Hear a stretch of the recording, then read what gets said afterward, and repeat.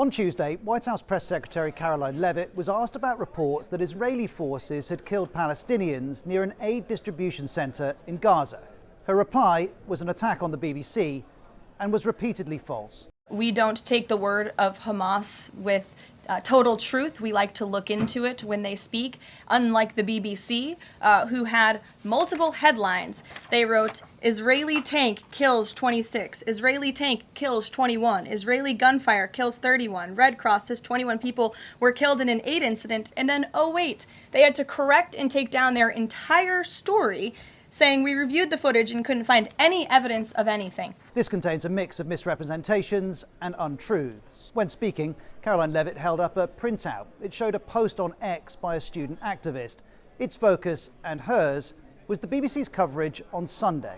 Residents had reported Israeli fire near an aid centre. Over the course of the day, the BBC repeatedly updated its coverage, as is standard on a breaking news story. Updated claims on fatalities were all clearly attributed to a number of sources in Gaza, including the Red Cross, which is an independent organisation. Sourcing like this is standard when a story is evolving and details are hard to confirm. It's also a necessary aspect of covering this conflict, given Israel doesn't allow international news organisations into Gaza. During the press conference, Caroline Leavitt also had this particular criticism. Unfortunately, unlike some in the media, we don't take the word of Hamas with total truth. But BBC News didn't do that. It did quote the Hamas-run health ministry with clear attribution. The ministry, which is part of the Hamas-controlled government, is the main source of official information when it comes to casualties in Gaza. The BBC also reported statements it received from the Israel Defense Forces, which called the reports false and urged the media to be cautious. Caroline Leavitt also made this claim. They had to correct and take down their entire story, saying we reviewed the footage and couldn't find any evidence of anything. This isn't true. The BBC didn't take down any of its coverage on this story. The articles remain online, and Caroline Leavitt attributed this false claim to what she called a review of footage. That appears to be a reference to this BBC Verified live page post that looked at a widely shared video that some were claiming showed events near the aid centre.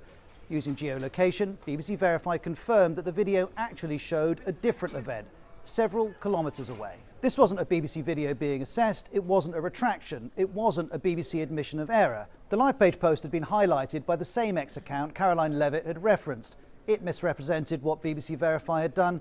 The White House then repeated the misrepresentation. For its part, the BBC says it stands by its journalism and has called once again to be allowed access to Gaza. Having made this range of false claims, Caroline Leavitt had a further point to make. So we're going to look into reports before we confirm them from this podium or before we take action. And I suggest that journalists who actually care about truth do the same to reduce the amount of misinformation that's going around the globe on this front. But in this case, either the White House didn't look into its claims about the BBC before bringing them to the podium, or had no concern that they weren't true.